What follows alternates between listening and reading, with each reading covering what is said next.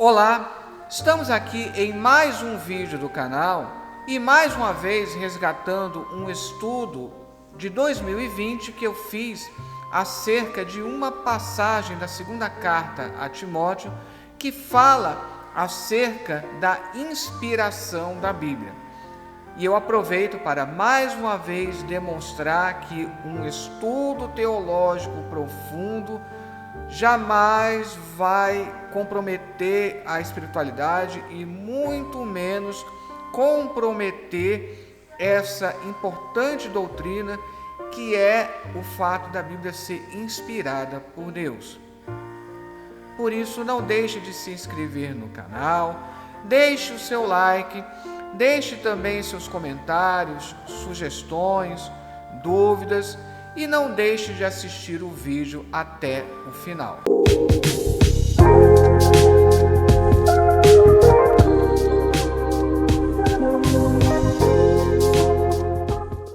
Eu quero falar de uma passagem que se encontra na segunda carta de Paulo a Timóteo, no capítulo 3, dos versículos 14 ao 17, que é uma passagem muito conhecida porque ela é o pilar para a doutrina da inspiração da Bíblia. Parece um assunto tão batido, um assunto que já deveríamos saber de cor e salteado, mas além da palavra de Deus se renovar constantemente, é um assunto do qual precisamos nos inteirar e sempre renovar, estudar, reestudar, porque muitos, infelizmente, ainda colocam em dúvida se a Bíblia é de fato inspirada por Deus, e essa passagem ela é crucial para que possamos compreender o quanto a Bíblia ela é inspirada por Deus. Eu recentemente também falei sobre a questão de que a teologia, estudar teologia, ela de modo algum ela contradiz a inspiração da Bíblia.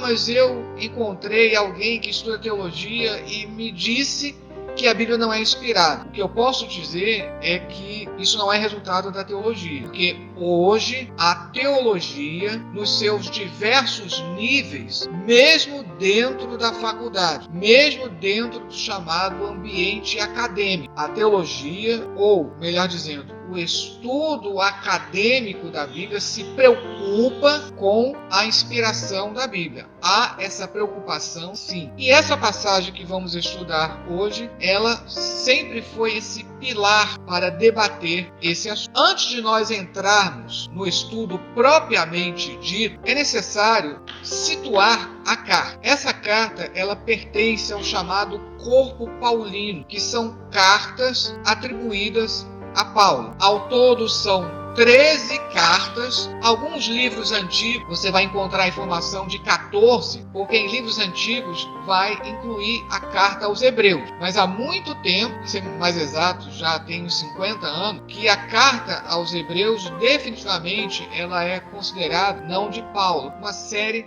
de razões. Então, hoje, os livros teológicos mais recentes você encontra essa informação de que são 13 as cartas paulinas. E existem muitas maneiras de você dividir essas cartas. Você pode falar das grandes cartas, por exemplo. Você também pode falar das cartas da prisão. Como você também pode falar das cartas pastorais. São 3 cartas que recebem esse nome porque tem uma peculiar preocupação em mostrar como alguém pode se tornar...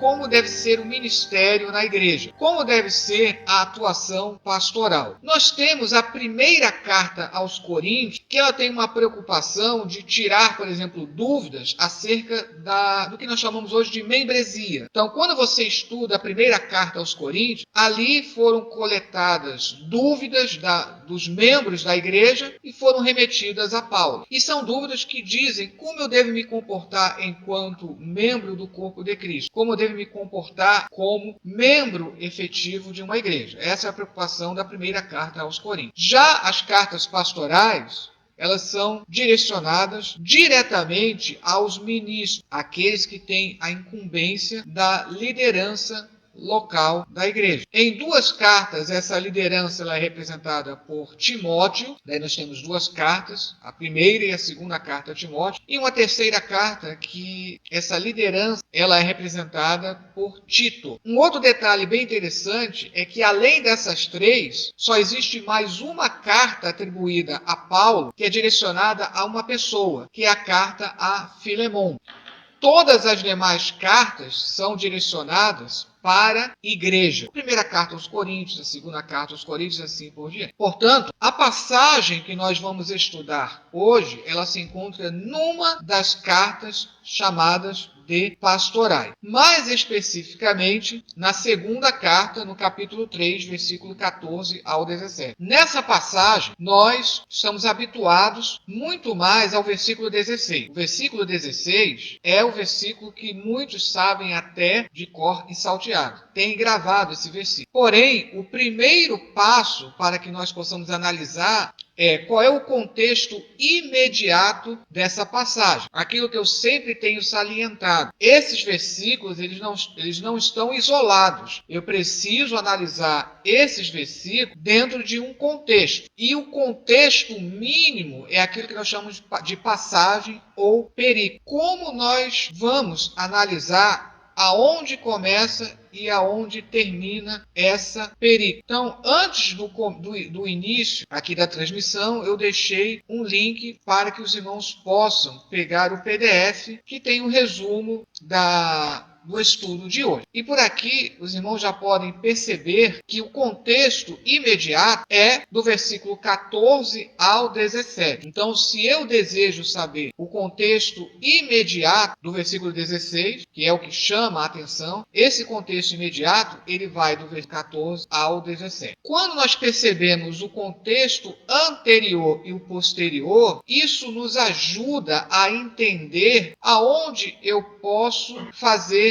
as devidas delimitações. Então, essa passagem de 2 Timóteo 3, do versículo 14 ao 17, ela pertence a um grupo de 4 passagens que começam no capítulo 3, no versículo 10, e vai até o capítulo 4, no versículo 8. Então, é uma sequência ou uma seção. O William Monson, no seu livro, no seu grande comentário, lá na página 552, ele dá o título de Encorajamento e Proclamação. Então, ele percebe que são 4 passagens que falam, primeiramente, de encorajamento e depois da proclamação. É até interessante esse movimento. Primeiro você é encorajado para fazer o quê? Para proclamar a palavra de Deus. São 3 passagens que começam pela expressão tu, pois. Então esse tu, pois, ele ajuda a iniciar cada uma das 3 primeiras passagens. E você tem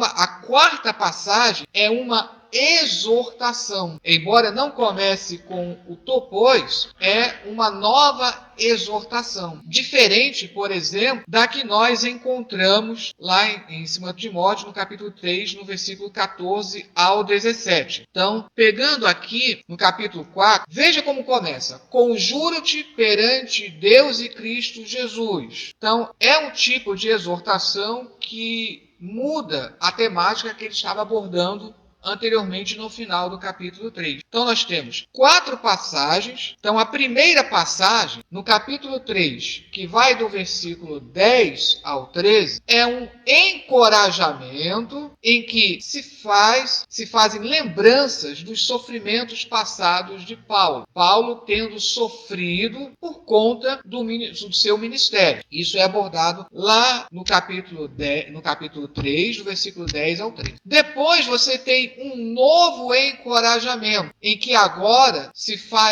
você tem lembranças, não dos sofrimentos de Paulo, mas lembranças do aprendizado de Timóteo. Então veja como é interessante. A lembrança dos sofrimentos de Paulo primeiro, e agora, nessa passagem que vamos estudar hoje, as lembranças do aprendizado de Timóteo. Depois, no capítulo 4, do versículo 1 ao 4, você tem a proclamação no presente do que Timóteo aprendeu. Ou seja, você se lembrou do que você aprendeu, agora coloca em prática. Agora começa a proclamar, ou seja, começa a pregar. Isso continua depois dos versículos 5 a 8, a proclamação no presente do que Paulo está para sofrer. Então você tem um movimento bem interessante aqui. Primeiro, duas passagens que falam do passado, falam de encorajamento e falam de lembrança. Só que uma é de Paulo e outra de Timóteo. Depois você tem mais duas passagens que falam de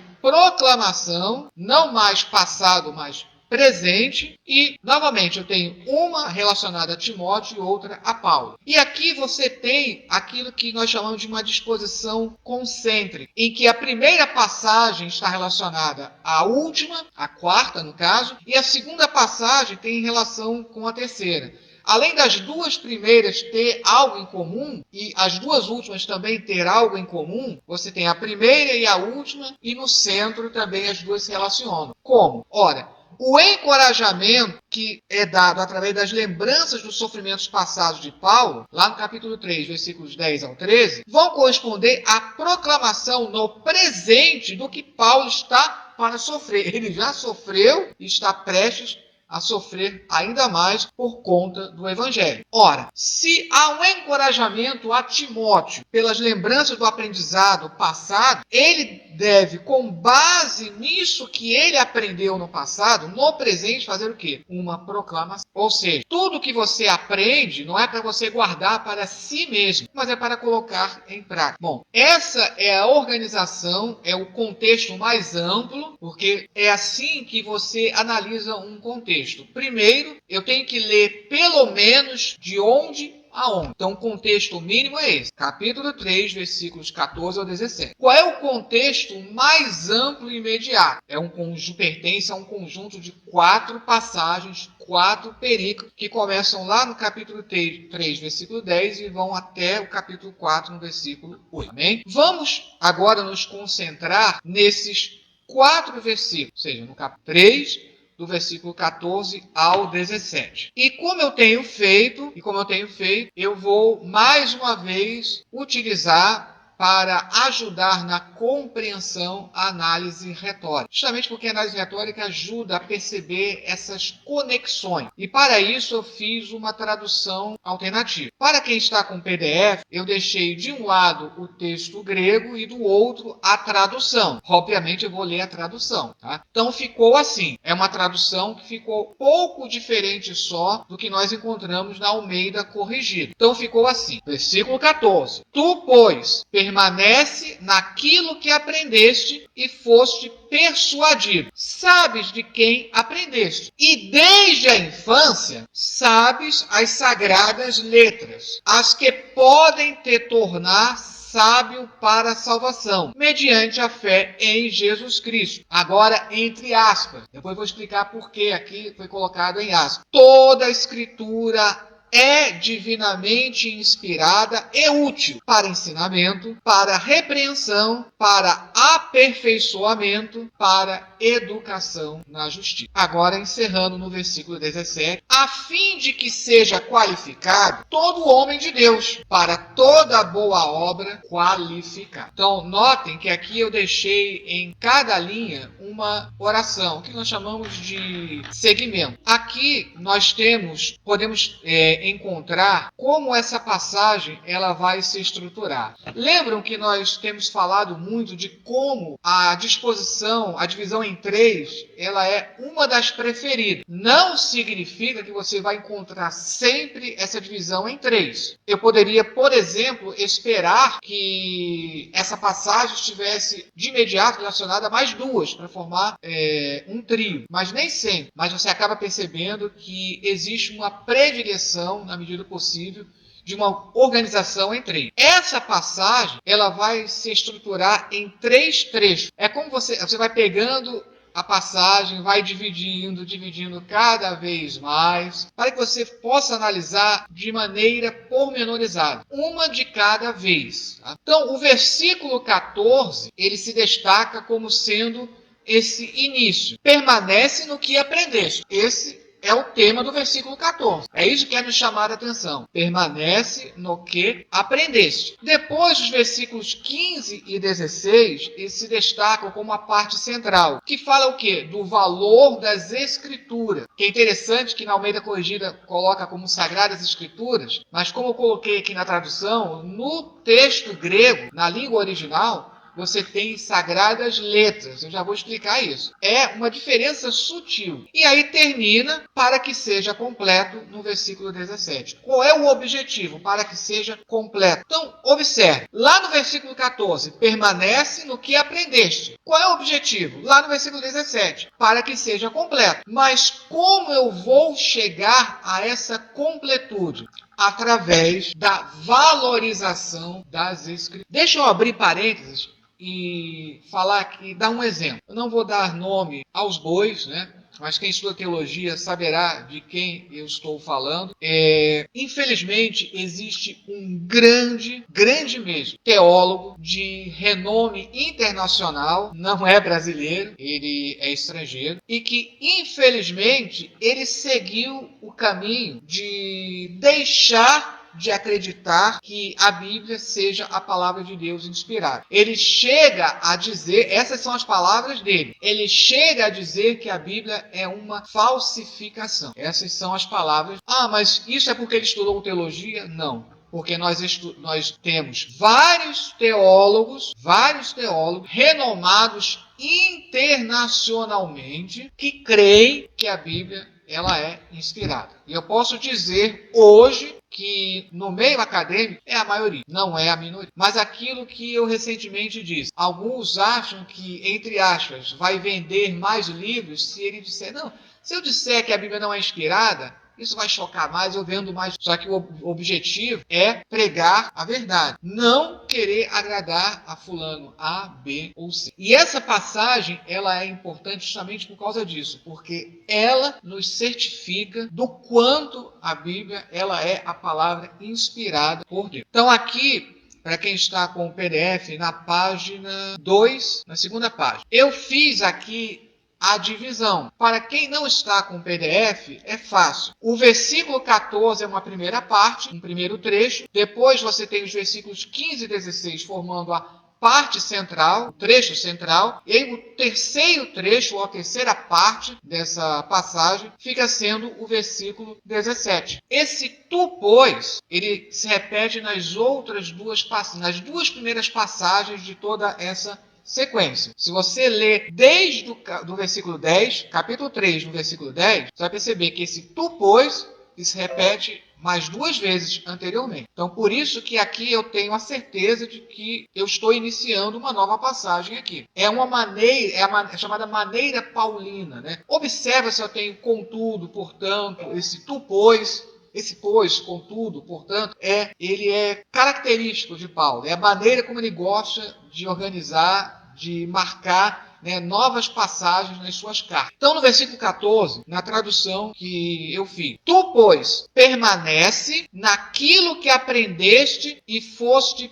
persuadido. Sabes de quem aprendeste. É interessante a maneira como coloca aqui. Permanecer. Aqui o sentido de permanecer está bem claro. Mas permanecer no quê? Naquilo que aprendeste e foste persuadido. Sabes de quem aprendeste. E aqui você tem a repetição do aprendizado duas vezes. Portanto, ele inicia essa passagem falando do valor do aprendizado e do valor de permanecer naquilo que ele aprendeu. Eu costumo dizer, o que mais entristece qualquer professor, quando você explicou e você vê que aquilo não permaneceu na pessoa. Sabe-se, isso é até comprovado por pesquisa. Você reter 100% do que aprendeu é muito difícil. Você tem que ter uma pessoa assim com alto poder de concentração, mas muito grande mesmo. Porque por mais que você concentre, sempre vai escapar alguma coisa. E eu esqueci disso, tem que fazer uma anotação.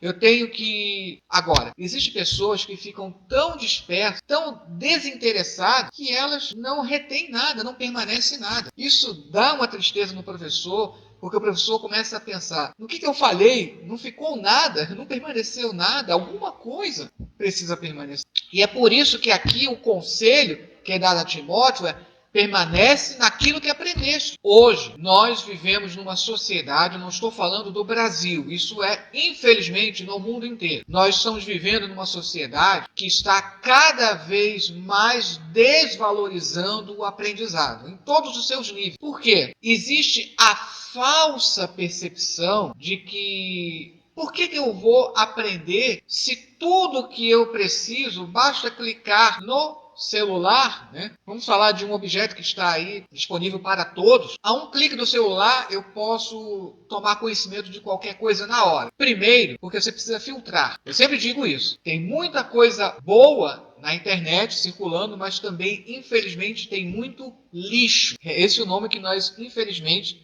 precisamos dar. Então eu preciso filtrar isso. E mesmo as coisas boas, e se você não está com o celular? Uma pessoa quer a sua opinião. O que você sabe acerca disso? E você não ter uma resposta naquele momento. E aqui está mostrando o valor do aprendizado. É a Bíblia que está falando. Como é importante permanecer num aprendizado. E sabes de quem aprendeste? Nenhum de nós tem um aprendizado do zero. Uma pessoa que vai dizer, absolutamente tudo eu aprendi sozinho. Não é o caso. Existe as pessoas chamadas autodidatas, que têm uma grande capacidade de estudar sozinhas, de estudarem sozinhas. Porém, eu não posso dizer que ela tem a possibilidade de aprender tudo sozinha. Em algum momento, eu posso dizer, em alguns momentos da sua vida, precisou do seu pai, da sua mãe. Nossos pais, são os nossos primeiros professores. E é óbvio que o meu primeiro aprendizado foi dele. Só para ilustrar. Mas olha aqui a ênfase que ele dá. Sabes de quem aprendeste. Conhece, sabes de quem aprendeste. Durante a minha vida, várias pessoas vão tentar me ensinar. E vão tentar me persuadir. É interessante, nessa tradução que eu coloquei, como você tem a questão da persuasão. O que é uma persuasão? É levar você a se convencer de algo. Está relacionado a convicção. Ainda mais hoje em dia, né? Nós percebemos como a internet se tornou um campo, né, de persuasão. De todos os âmbitos, de todos os matizes, tentam te convencer até mesmo que a Terra é plana. Mas deixa para lá. Não é o assunto da lição hoje. Oi? Agora, então, na nossa vida, várias pessoas vão tentar nos ensinar várias coisas. Coisas boas e coisas ruins.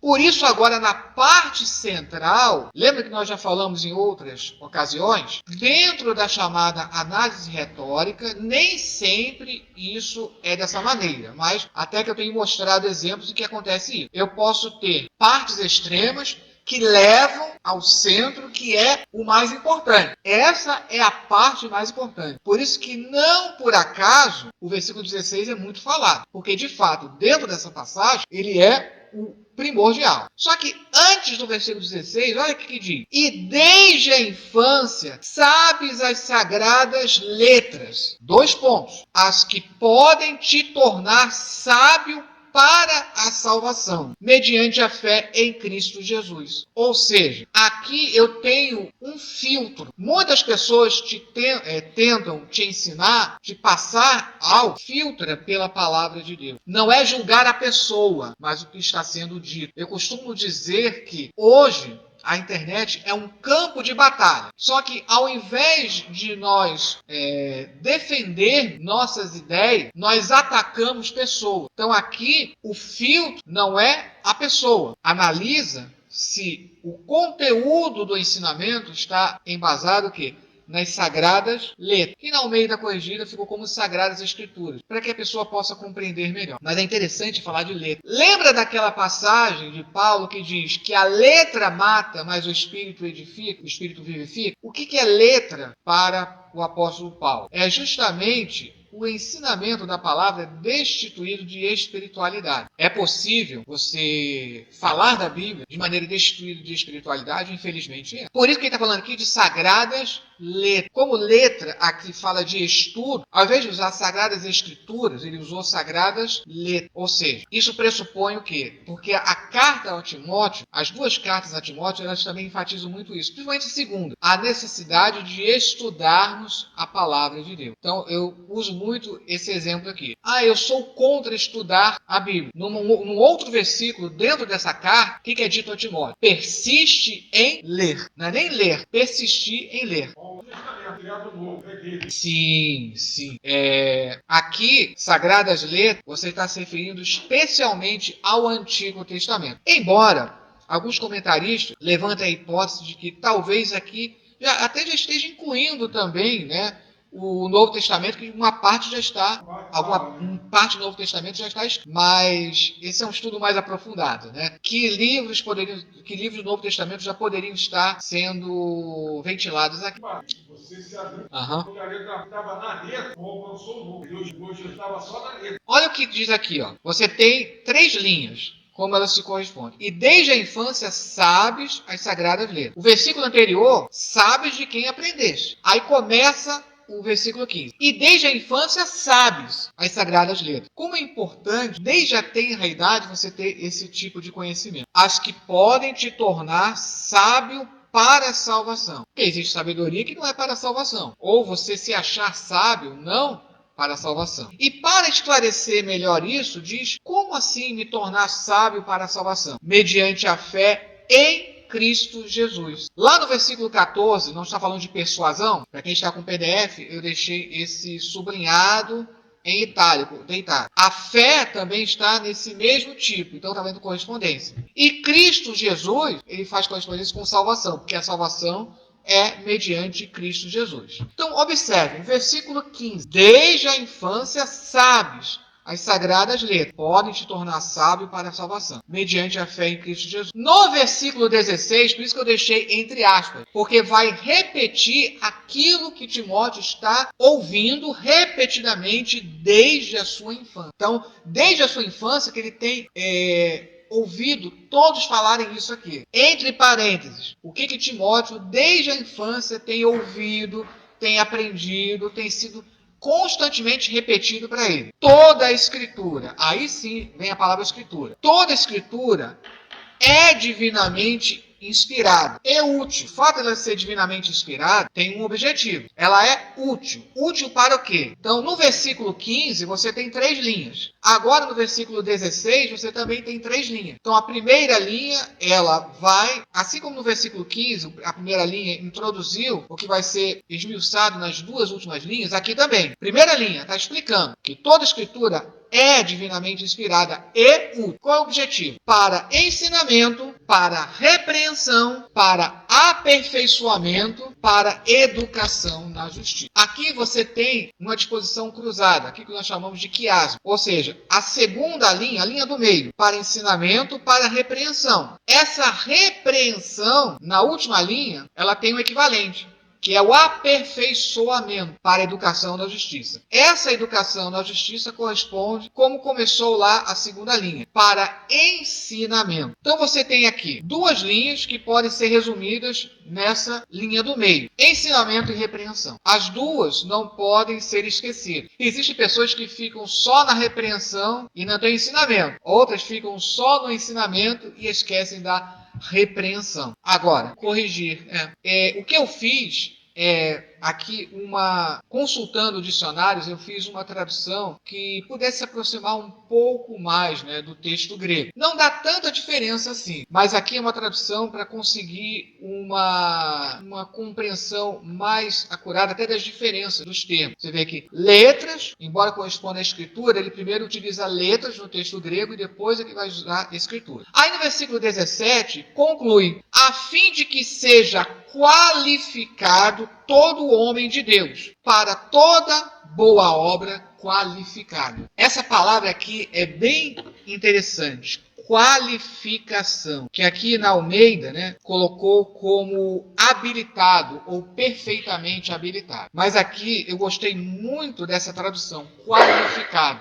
Eu não preciso estudar a palavra de Deus, porque o Espírito Santo ele vai me dizer tudo. O Espírito Santo ele me abre a compreensão, especialmente para aquilo que nós chamamos de plano da salvação, aquilo que eu sempre digo. Mesmo alguém que não tem escolaridade, alguém que seja até analfabeto, pelo Espírito Santo ele tem a garantia de saber o que é o plano da salvação. O que é o plano da salvação? Que Jesus ele é o único e suficiente Salvador e que a salvação não veio por nenhum outro. Agora, quando estamos falando de para fazer a obra de Deus, as cartas pastorais elas têm essa preocupação de se dirigir àqueles que estão empenhados como obreiros, ministros. Então eu preciso ser qualificado. E para ser qualificado, eu preciso aprender e colocar em prática esse. Então, toda a Escritura é divinamente inspirada. Aqui a corrigida tem um detalhe bem interessante.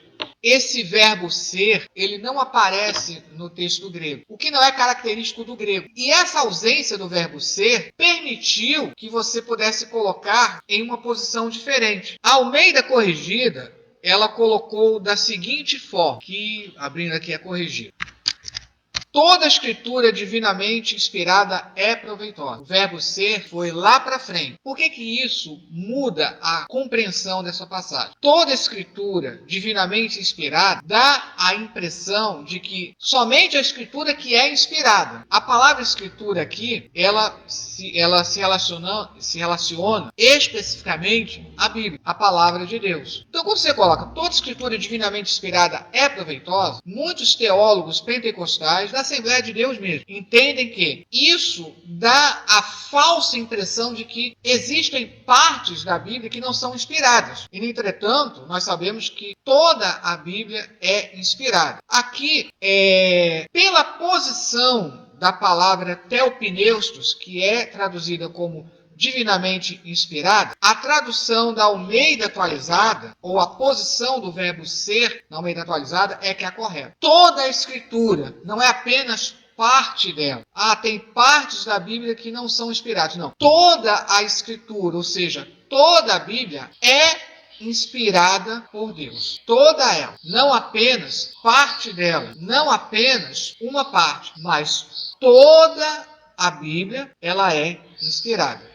E aqui nós também temos a importante colocação dessa palavra, que é theopneustos. Eu vou apenas avançar um pouco aqui na página 3. Né? Então, theopneustos é aquilo que nós chamamos de apax legomeno. É uma palavra difícil que quer dizer, ela só aparece aqui na Bíblia. Ela não aparece em nenhum outro lugar. Obrigado, irmã. Não aparece em nenhum outro lugar, somente aqui. E uma coisa interessante é que essa palavra ela foi criada para essa passagem. Ela não é encontrada nem na literatura grega extra-bíblica. Ela foi criada. Theopneustos, ela é formada por duas palavras gregas. Theo, ou seja, theos, de onde vem Deus, e pneustos, que vem de pneu, que é soprar. Essa palavra pneu, soprar, que deu origem à palavra pneu no português. Ou seja, ao pé da letra significa soprado por Deus. Portanto, designa a sabedoria proveniente de Deus. Esse TDNT, isso aqui é a sigla de um dicionário de teologia só do Novo Testamento. Lá fora ele é um dicionário extenso, são 10 volumes, já foi traduzido em português, mas como algo semelhante ao que aconteceu com a obra do Flávio José. Aqui eles resumiram em 2 volumes. Já tem traduzido em português, só que resumido. Assim demorou 50 anos. Essa obra é da década de 60. Somente agora traduziram em português e mesmo assim resumido. Então a observação que eu coloquei aqui, através dos séculos, essa afirmação exerceu um papel central na doutrina acerca da inspiração das Escrituras, a qual tem sido reafirmada mesmo em face das pesquisas acadêmicas, que eu estou salientando. Pesquisadores sérios de academia não põem em dúvida a inspiração da Bíblia. Por isso, a afirmação de João Calvino, mesmo depois de meio milênio, ou seja, mesmo depois de quase 500 anos, continua plenamente válida. Num comentário seu dessa passagem, o que ele disse? Há quase 500 anos atrás. Eis aqui o princípio que distingue nossa religião de todas as demais. Ou seja, sabemos que Deus nos falou e estamos plenamente convencidos de que os profetas não falaram de si. Pronto. Agora, observa, já que nós podemos traduzir como soprado por Deus, vale a pena salientar aqui como essa inspiração ela ocorre de maneira mais pormenorizada. Não é uma inspiração mecânica, como alguns pensam. Os escritores bíblicos, eles foram usados como robôs. Eles escreviam, ficavam em transe, não sabendo sequer o que estavam escrevendo. Não é isso que aconteceu. Aqui nós temos, dentro da teologia sistemática, o que se chama de inspiração orgânica. O que isso quer dizer? Ao mesmo tempo que é a palavra de Deus, ao mesmo tempo, quando Deus sopra,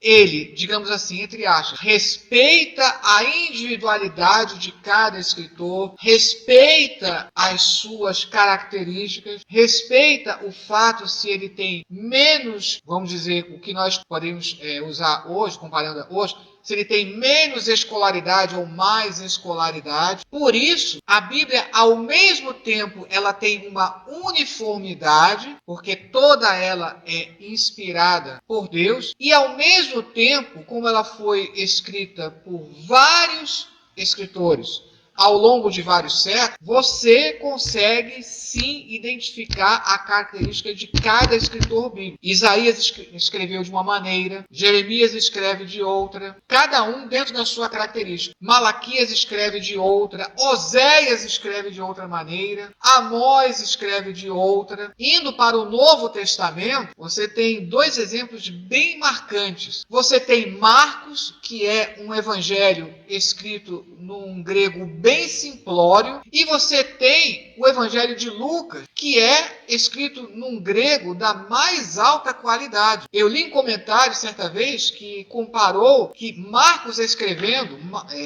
parecia um estudante, secundarista, tentando escrever um livro, enquanto que Lucas escrevendo é como se fosse um catedrático de universidade escrevendo. E isso não impediu que os dois pudessem colaborar para a confecção da Bíblia. Qual é a mensagem que Deus quer transmitir com isso? Que Deus ele quer usar todos.